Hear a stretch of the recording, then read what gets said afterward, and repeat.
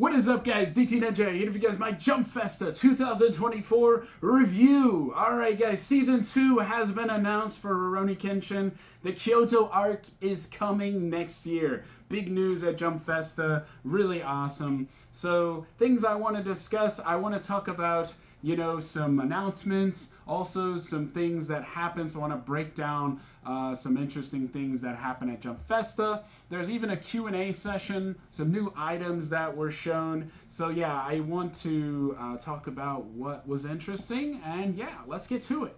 So first, in the event, this is the first time they're on the red stage. Kenshin has a full stage, so this was really cool. One thing about it is that it's massive. This stage is really big, and because of that, it's on the same stage as One Piece, for example. So because of this, we got an English interpretation. Yes, the first time ever at JUMP FESTA for Kenshin, we can just listen in. We don't have to interpret ourselves, at least I don't, and we could just enjoy. And people, I can watch all around the world. And yeah, so we got an English interpretation of the entire thing. So that was really cool.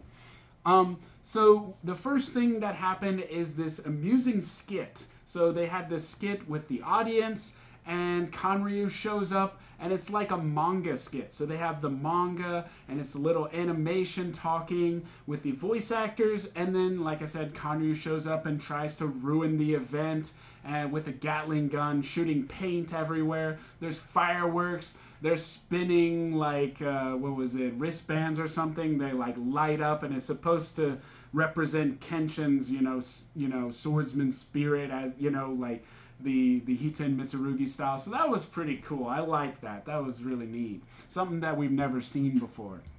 Then we go into the actual part where we're introduced to the VAs. Obviously, Rie Takahashi, Kaoru, Soma Saito, Kenshin, and they talk about their favorite scenes. So Kaoru reveals that her favorite scene is the one between Jinae and Kenshin reverting to Batosai, and her as Kaoru yelling out to him right before he's about to kill Jinae. That was a really powerful scene to her, and it was her favorite. So, and then we got to see it and relive it. So that was also pretty cool. Then Soma Saito revealed his favorite scene, and that was the scene with Kenshin versus Saito. And again, it's where he reverts to Batosai and just clocks Saito in the back of the head, and he goes flying into, and then you just see the demeanor change on his face.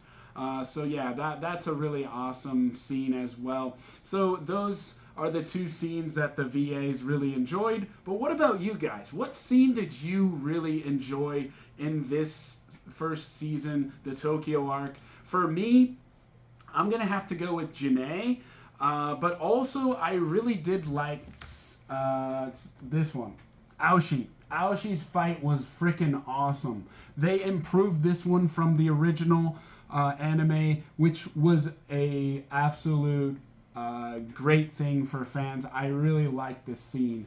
And then they went on to talk about the goodbye scene and how powerful it was in this anime. So I have to agree, it was powerful, but it was more about the voice actors, the way they felt towards one another, the way Saito felt towards Takahashi, working closely with her, and you could tell that through their voices and the way he acted towards her. So yeah, it was powerful. And then we got to see a creditless scene for that. We got to see the creditless scene, because in the one we watched, there were credits. So that was a bonus for us, because I think that was only shown in the DVD or Blu-ray that is going to be released later. So yeah, that was pretty cool.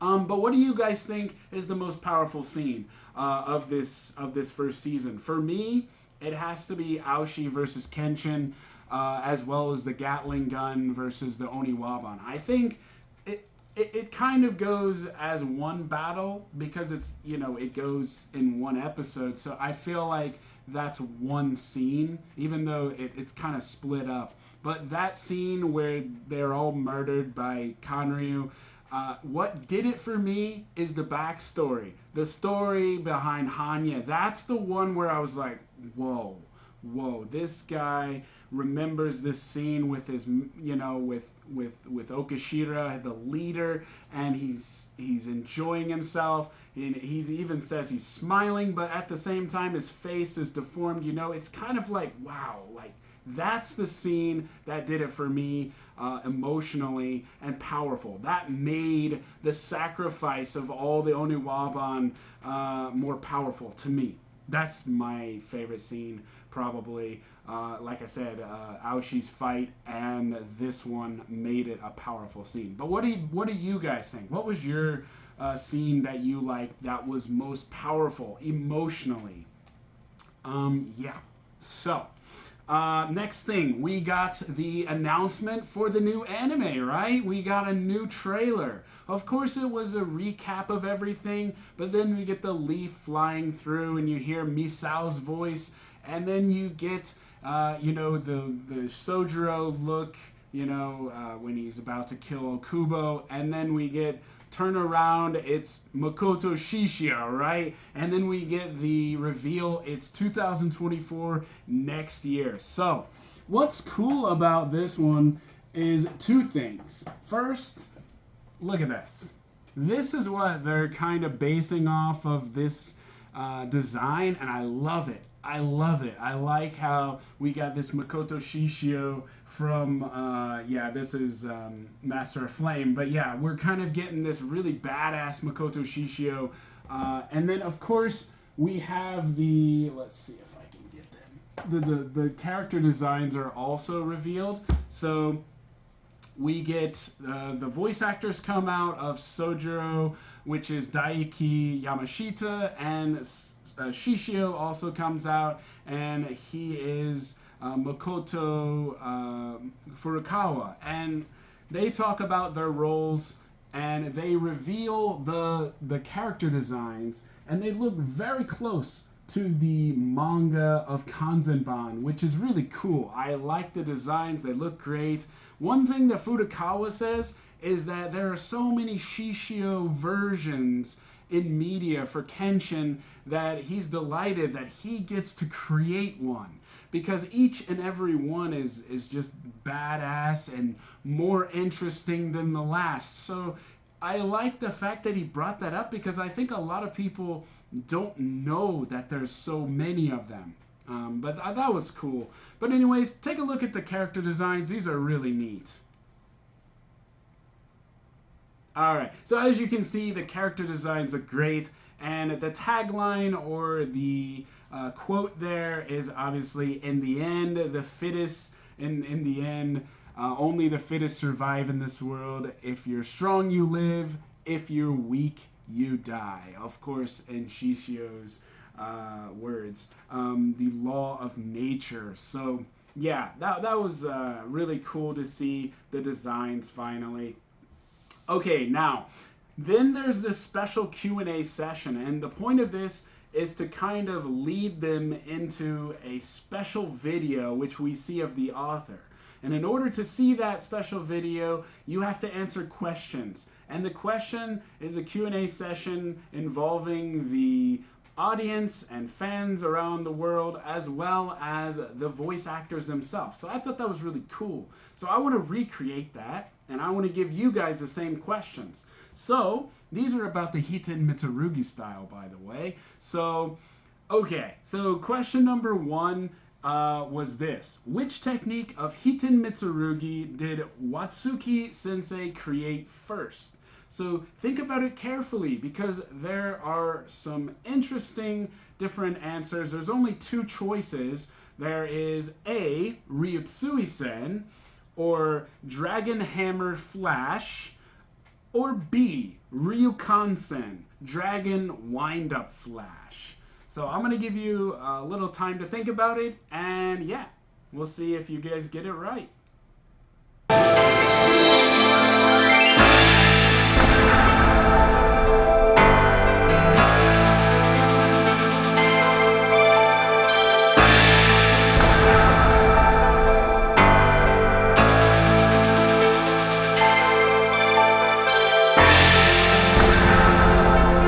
Alright guys, so the answer is B, Ryukan-sen, Dragon Wind-Up Flash. So this was actually introduced in the one-shot. So the very first time that Watsuki created Kenshin and made him in the story, I believe, was when he met Chizuru, the character before he met Kaoru, or they changed Chizuru into Kaoru after it was serialized. But yeah, it was the first time he used it against an enemy, and it was that first one-shot in volume 1, I believe. But yeah, it was that one, so that's why Ryu Kansen is the answer.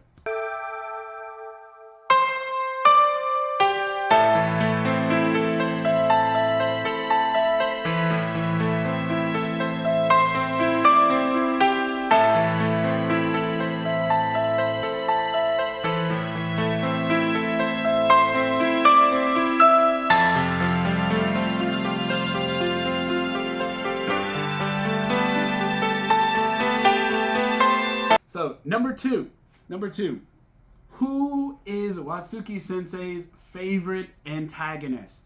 So, who's his favorite villain, basically, right?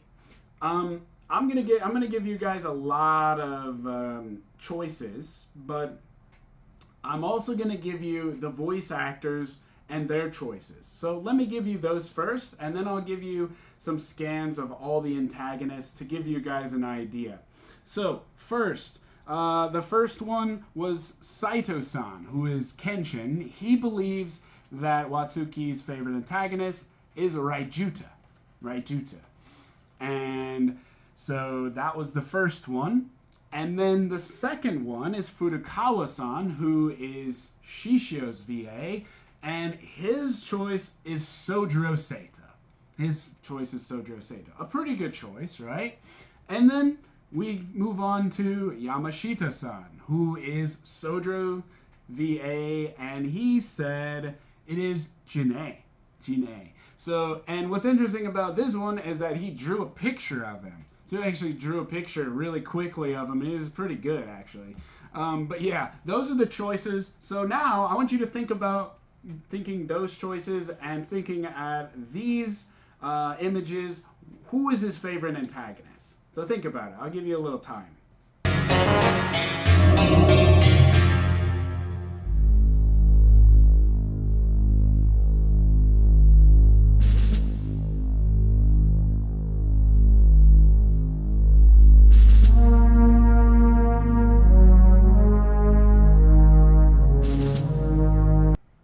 Alright guys, here is the answer. The answer is Kanryu Takeda.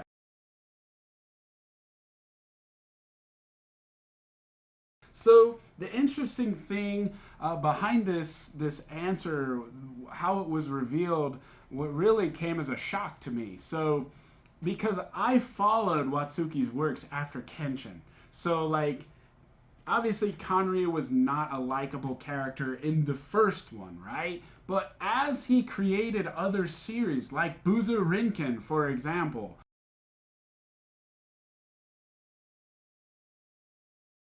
there were antagonists that were just like Kanryu and his personality. And Watsuki himself did not realize this until he brought back Kanryu in the Hokkaido arc. And so he says this as a quote, and was translated by the interpreter. When I was drawing Kanryu again in the ongoing Hokkaido arc of Rurouni Kenshin, I realized that he is the origin of Papillon in Buzu Rinken. Remember, Papillon is the one who has the butterfly mask and is kind of flamboyant. He has kind of charisma as well. So yeah, he was a pretty good villain. But yeah, I remember him because I followed it. But that was very interesting. Which is a character drawn by Watsuki. I decided to offer Kanryu's role to Madono-san, who was the voice of Papillon in Buzu Rinken's anime. Now that's interesting. So he offered the role to this guy who played Papillon, who, as we now know, Papillon was created from Kanryu. So that he says that he did this in order to make an interesting Kanryu. He thought he would make interesting Kanryu for the Reiwa version of Kenshin. And then he says, please forgive me if he slightly has a taste of Buzurenkin. So if he feels different than the original, that's why. Honestly, I think Kanryu kind of had a little bit of Hokkaido in him. You hear him say, my darling, which is actually a reference to my beloved, which is a chapter in Hokkaido. So, yeah, I also got the vibe of Papillon as well, but I didn't know that. So that's just, it makes me appreciate his stories even more and Hokkaido even more. So yeah, that's just pretty cool. Now, after all of this, we've unlocked the special video of Makoto Shishio drawn by Watsuki. So we get this tutorial video and we see the author drawing really awesome, a very special video. I thought this was one of the big highlights of the whole session besides learning of Kyoto arc is coming. So we get this and it shows him drawing. It looks absolutely amazing. He's got calligraphy strokes in there. It just looks really cool to see it in real time. So yeah, really awesome. I have a scan of it, so here's what the final product looks like. So take a look. In the end, only the fittest survive in this world. If you're strong, you live. If you're weak, you die. So as you guys can see, that is what the big surprise was from the author. He goes on to explain his gratitude towards the fans for always supporting him and believing that there would, be a chance for him to relive the series again. It's just, he's kind of in disbelief. So that was kind of nice to see as well. He has a letter for the fans. So yeah, it ended there, and then it talked about the Hokkaido arc and how you can get it now on sale. By the way, Hokkaido arc was ranked number 4 in November, so it was in the top 5. It was ranked 4th. So that's really great news as well. But yeah, we got Kyoto arc coming, a lot of things, as well as items. JUMP FESTA always has some cool items. Some items were displayed, like Sumie art collection. So I want to share those right now. So take a look.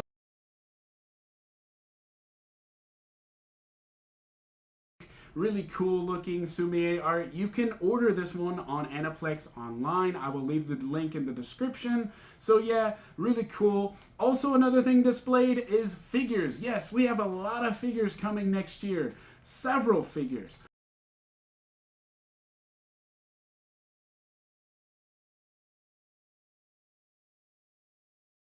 So we got a display of a new figure of Kenshin sitting down.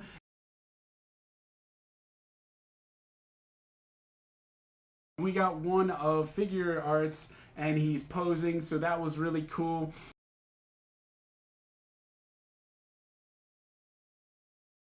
And then of course we got the exclusive items as well. There's like some trading cards or art kind of photo cards. Those are kind of cool too. I'm not gonna get those, but that's pretty cool. I like that. I got these instead. I got some clear files. Now these aren't from JUMP FESTA, but one thing I do like about the Reiwa anime is that they have tons of new items, and they have been on point with a lot of the items. So this is one of the clear files. You have Kenshin and Aoshi. And then of course, this one is Kenshin and Kaoru, so I got 2 of them.